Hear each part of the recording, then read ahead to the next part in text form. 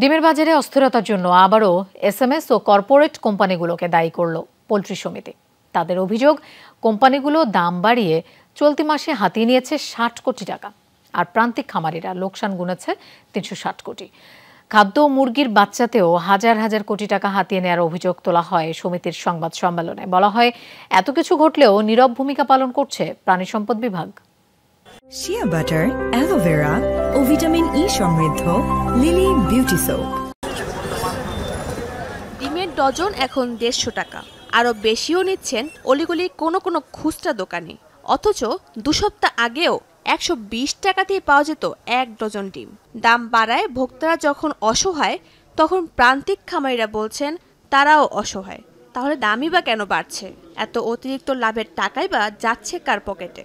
খামারিদের পক্ষ থেকে বলা হচ্ছে, যে দামে খুচরা ডিম বিক্রি হয় এর সুফল তারা পান না, বরং উৎপাদন খরচ বাড়ায় অনেক খামারিকে গুনতে হচ্ছে লোকসান। প্রশ্ন হচ্ছে, কার পকেটে কিভাবে যাচ্ছে অতিরিক্ত মুনাফা? এবং যারা খামারি আছেন তারা ২০,০০০ ডিম থাকলে অন্তত ৫,০০০ ডিম হাতে রাখবেন। যে তেজগাঁও ১০ টাকা বাড়ছে মানে ডিমের দামটা অধিক পরিমাণে বেড়ে যাবে। এই যে ক্যাশ মেমোটা দেখতে পাচ্ছেন, এটা হচ্ছে তেজগাঁও ডিম সমিতির ক্যাশ মেমো। তার মানে খামার থেকে ডিম আসবে, তেজগাঁও সমিতির দাম নির্ধারণ করবে, ওই দামই খামারির মেনে নিতে হবে। এবং এই ডিমটা ৪ দিন আগে আসে, ৪ দিন পরে তাকে ক্যাশ মেমোটা দেওয়া হয়।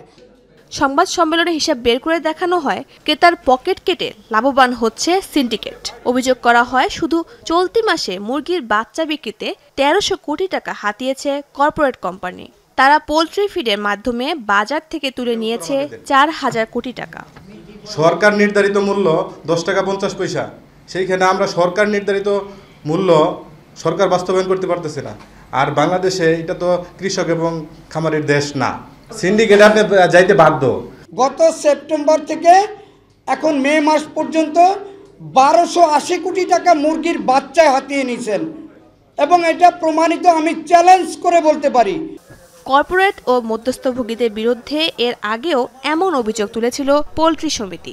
এখন তারা চায় বাজেটে তাদের জন্য বরাদ্দ রাখা হোক ১,০০০ কোটি টাকা। শাজদিন অন্তরা, যমুনা নিউজ, ঢাকা।